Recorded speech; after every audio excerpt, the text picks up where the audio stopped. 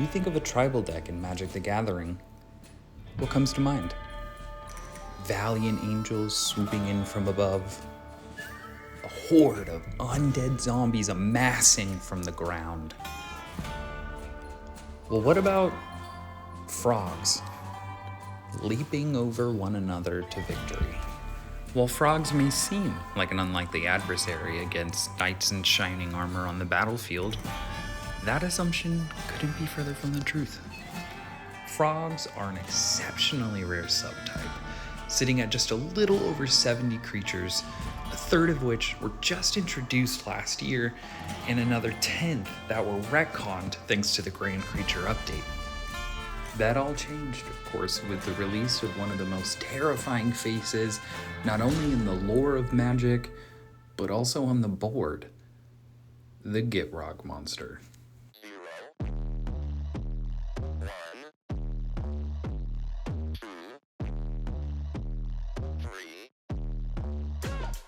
Let's get started. That's a good choice. Yeah, I went with the Gitrog monster. I went with the Gitrog monster. Yeah. Lotus. He sacrifices it to help cast his commander, the Gitrog monster. He plays a missing. I'll play Urborg and Gitrog.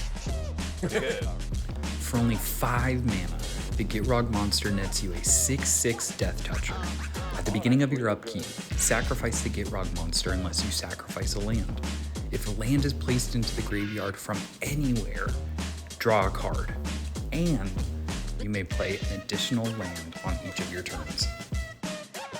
The Gitrog monster not only began to set the stage on the horror that frogs can be, but also what it means to be a 5-mana commander.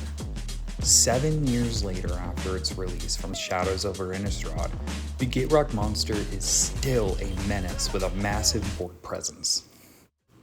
And yet, even with all that resilience and power, it wouldn't be for another 6 years that frogs would come into a shape of their own.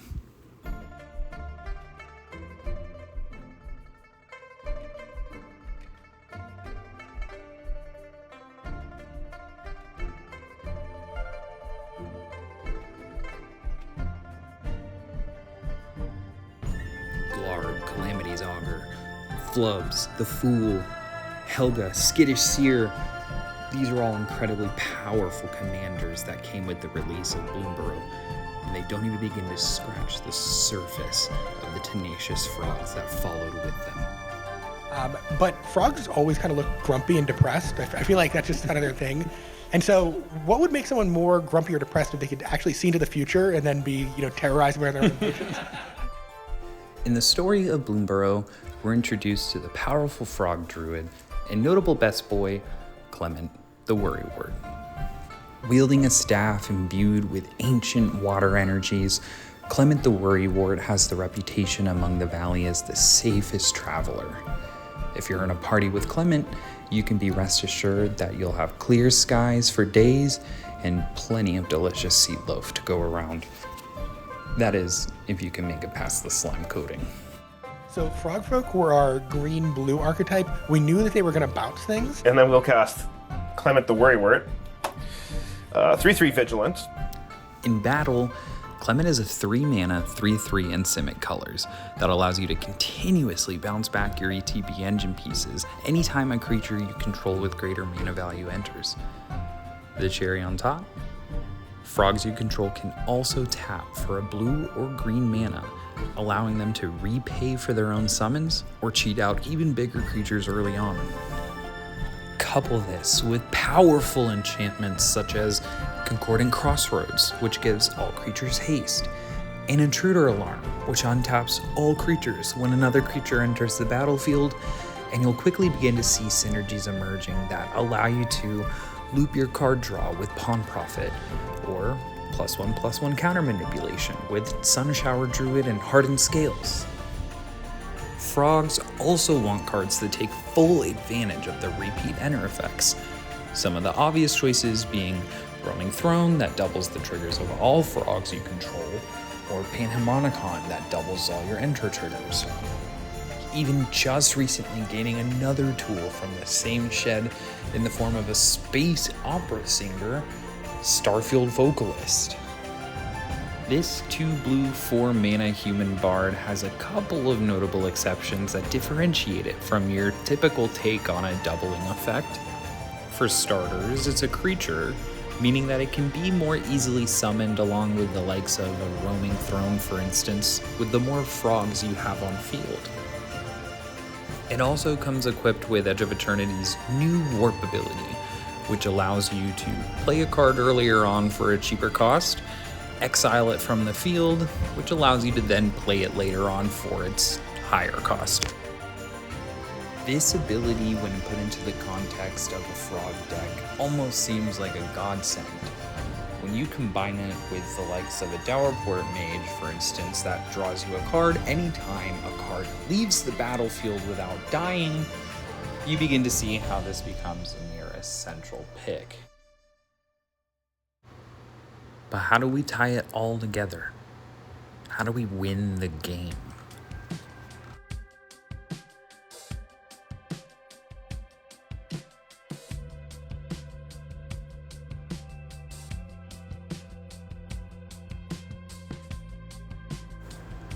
For starters, we want to get our cards online as quick as possible and keep them online.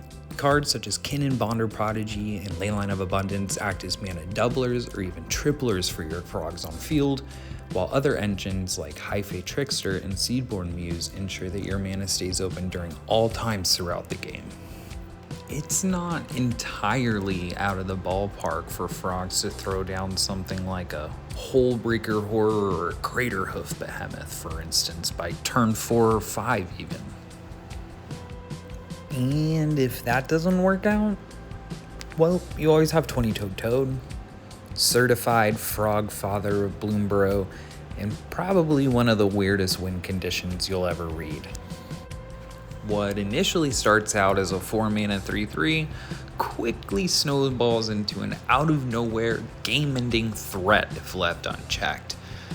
20-Toed Toad turns your maximum hand size into 20.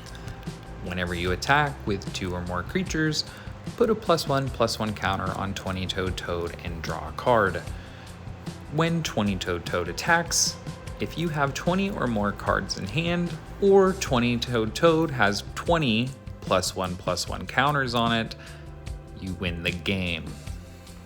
If you're trying to make friends at the commander table, make sure everyone fully understands what this card does. Still need to be convinced? Well, take a look for yourself. Okay, so for this, I more or less wanted to just kind of go over what I would consider an ideal hand for frogs. There is pretty much never going to be an ideal hand situation. So this is kind of like a fairy tale of how a frog deck could perform, but with a pretty low CMC count, and there's a ton of different lines available, sometimes that aren't always right in front of you. This isn't the only way they can play, but it's the ideal situation of how they could perform. As any opening hand would, we always want 3 lands. I would say, especially with a low CMC count and more of a higher ramp count, I would pretty much always want to mulligan with my frogs at least once, maybe even twice. If I don't see at least 3 lands, or if I have 2 lands, maybe in like a Lana War or a Nature's Lord or ramp. That's my cat. We just came back from vacation, and she's been just so incredibly needy ever since. You'll probably hear her a lot throughout the video. I have chosen, obviously, to do 3 lands. Leyline of Abundance. If Leyline of Abundance is in your opening hand, you may begin it with it on the battlefield. And also, whenever you tap a creature for mana, you can add an additional green mana. And obviously, as Clement dictates, we are going to be tapping a lot of creatures for hopefully a lot of mana throughout the game. Of course, we have our Intruder Alarm and our Concordant Crossroads. These 2 enchantments right here are pretty cornerstone for your frogs to begin to loop themselves, loop their ETBs, draw into big creatures. These 2 right here are going to help you get it done. Of course, Concordant Crossroads gives all creatures haste, and then Intruder or Alarm untaps all creatures when a creature enters the battlefield. What else am I missing? Oh, and of course, Pawn Profit. We are going to begin with Leyline of Abundance, of course, out on the field.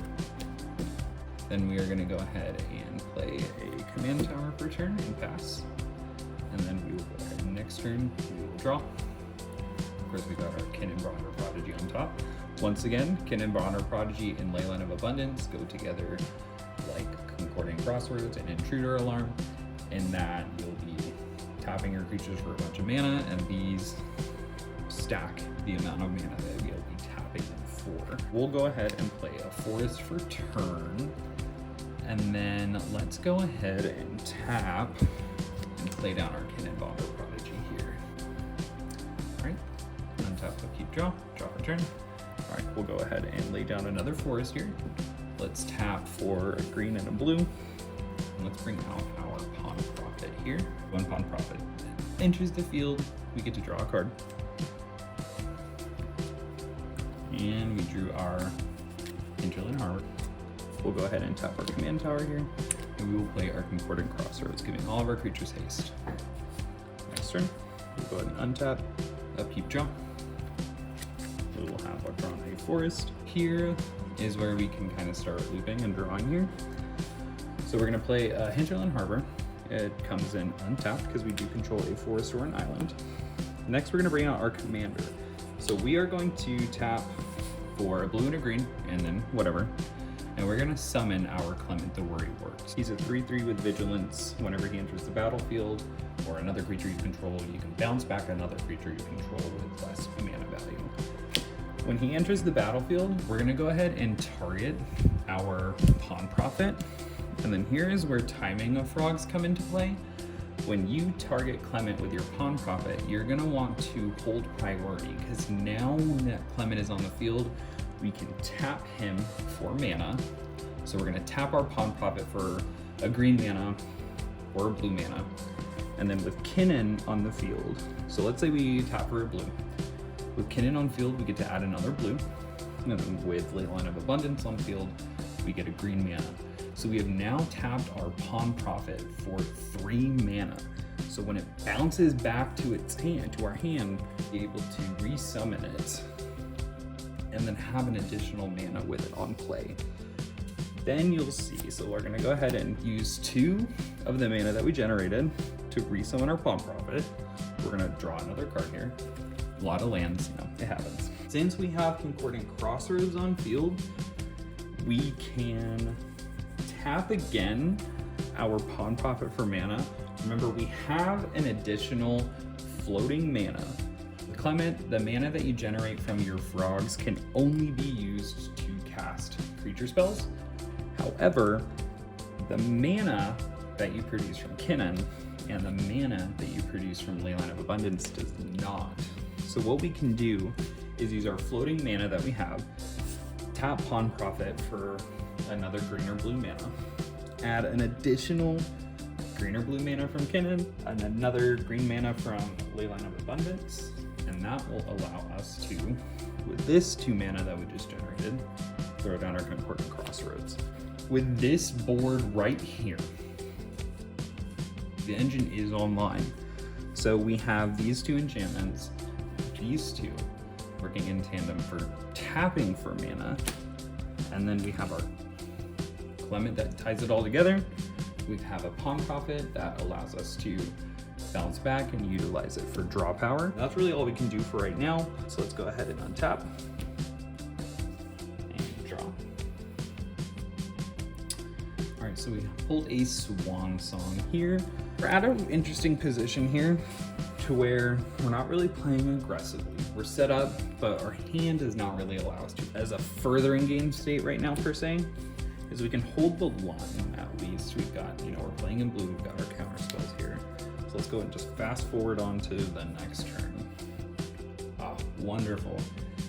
Lily Splash Mentor is 4 mana and Simic. He is a 4/4 with reach, and you can, for 1 and a blue and a green mana, Exile a target creature you control, then return it to the battlefield under its owner's control with a +1/+1 counter on it. Activate only as a sorcery. So this I can begin to demonstrate a pretty powerful loop synergy we have going on. We can tap our Prawn Prophet for mana. That taps for 3. Clement can also tap himself, so let's go ahead and do that. We're not worried about Clement being tapped because of this. Between these two creatures being tapped, we just generated 6 mana. We're gonna use 4 of it to bring out our Lily Splash Mentor. So when Lily Splash Mentor enters the field, Clement triggers. We're gonna target Pawn Prophet. So here, you're gonna wanna pick your stack and hold priority again, because Clement is triggering, but so is your Intruder Alarm. You're going to want to trigger your Clement first, stack your Intruder Alarm on top, and then as that resolves, Intruder Alarm will resolve, you'll untap your creatures. And then while Clement is still on the stack, you're gonna hold priority once again and tap your Pawn Prophet for mana now that it is untapped before you bounce it back to hand. Remember, we still had 2 floating mana from the Lily Splash Mentor summon, and we just tapped our Pawn Prophet for 3 more. So now we have 5 floating mana right now, and we haven't even touched our lands. This is why I love Frogs so much. This is why they have my heart. I don't even think I have played a land per turn. If I did, you know, call me out. But if I didn't, we're this far ahead, I already have 5 mana. So we'll go ahead and use 2 of it. Summon Pawn Prophet back out. We'll draw a card. Talisman of Curiosity. Not really needed at this point now that we have so much mana. You may also want to have some sort of tracker or on paper keep track of the mana that you're producing solely from your frog triggers, and then the mana that you're producing from Leyline and Cannon. We had the 2 floating mana, but it wasn't the creature mana from Lily Splash. Go ahead and use that in conjunction. We used 2 floating mana from our Pawn Prophet. It was the creature mana, so the 3 open mana that we have, we can go ahead and utilize towards Lily Splash Mentor's ability. But before we do that, we're gonna tap Pawn Prophet for mana again. That additional 3 mana, so now we're back up to 6 mana. We're gonna use 3 of it, bring Pawn Prophet back out to the field, and draw another card into an Overlord of the Hauntwoods, which we can so easily bring out this turn because we can once again tap Pawn Prophet for 3 mana. We have 6 of floating mana now. We can use 5 of it to bring out Overlord of the Hauntwoods, who is going to trigger Clement and Intruder Alarm on the stack. We'll go ahead and, on Intruder Alarm stack, hold priority, tap Lily Splash Mentor. Oh, there goes my cat, for mana. Adding 3 mana, we have 4 total mana now. That will resolve. Intruder Alarm resolves, your creatures will unstack here. While Clement is still on the stack and before he resolves, we can even tap these 2 frogs for an additional 6 mana, bringing our total mana for the turn to 10 mana. And once again, haven't even utilized our lands. And at the 10 mana, we have some non-creature mana that we can once again put towards Lily Splash Mentor. We can go ahead and target our Pawn Prophet, and of course, before we exile it, we will go ahead and tap it for 3 more mana, keeping our total at 10. Bringing Pawn Prophet back out to the field, which will draw a card. It will trigger Intruder Alarm. You can once again, while Intruder Alarm is on the stack, tap your frogs for more mana, bringing your total mana to 16 mana for the turn. Draw a card from Pawn Prophet. From here, you can keep tapping and looping Lily Splash's Mentors and Pawn Prophet.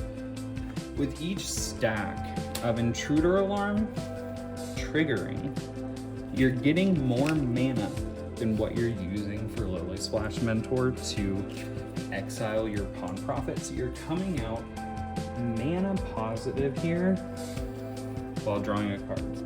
Here I am getting mana flooded once again. We're gonna pretend that I'm not drawing all these lands. You can basically loop out until you draw what you need. Craterhoof Behemoth, Hullbreaker Horror.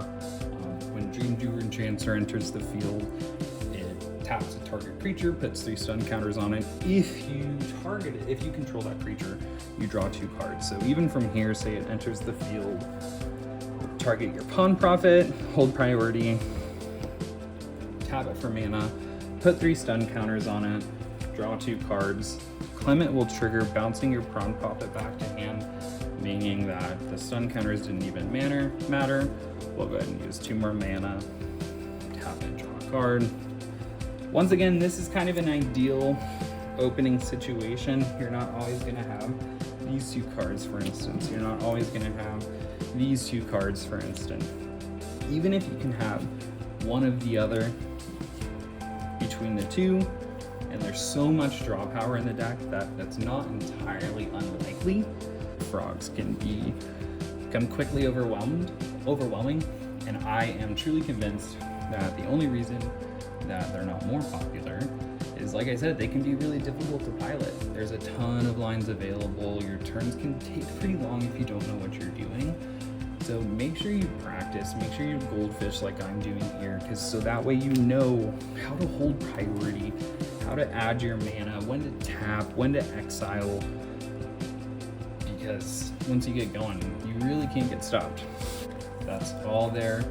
Not all there is really to it, but just, one of my biggest problems here, of always, is I always accidentally shuffle my commander back into my deck. Like, comment, and subscribe if you always accidentally shuffle your commander back into your deck. Bye!